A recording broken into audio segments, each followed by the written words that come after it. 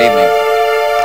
Today, our fellow citizens, our way of life, our very freedom came under attack in a series of deliberate and deadly terrorist acts.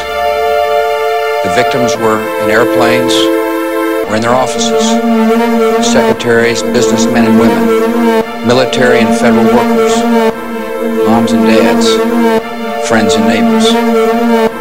Thousands of lives were suddenly ended by evil, despicable acts of terror. The pictures of airplanes flying into buildings, fires burning, huge structures collapsing, have filled us with disbelief, terrible sadness, and a quiet, unyielding anger. These acts of mass murder were intended to frighten our nation into chaos and retreat. But they have failed. Our country is strong. A great people has been moved to defend a great nation. Terrorist attacks can shake the foundations of our biggest buildings, but they cannot touch the foundation of America. These acts shatter steel, but they cannot dent the steel of American resolve.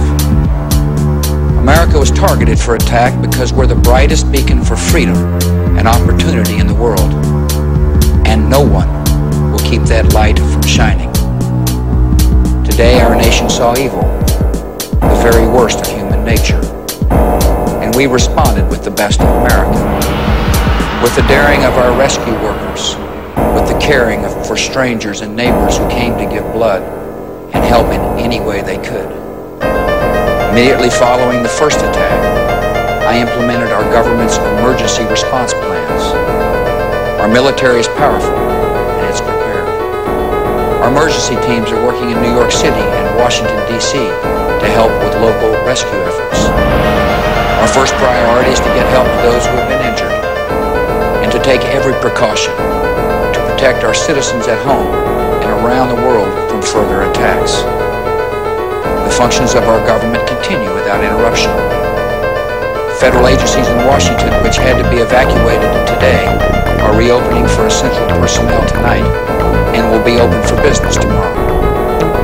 Our financial institutions remain strong, and the American economy will be open for business as well. A search is underway for those who are behind these evil acts. I've directed the full resources of our intelligence and law enforcement communities to find those responsible and to bring them to justice. We will make no distinction between the terrorists who committed these acts and those who harbor them.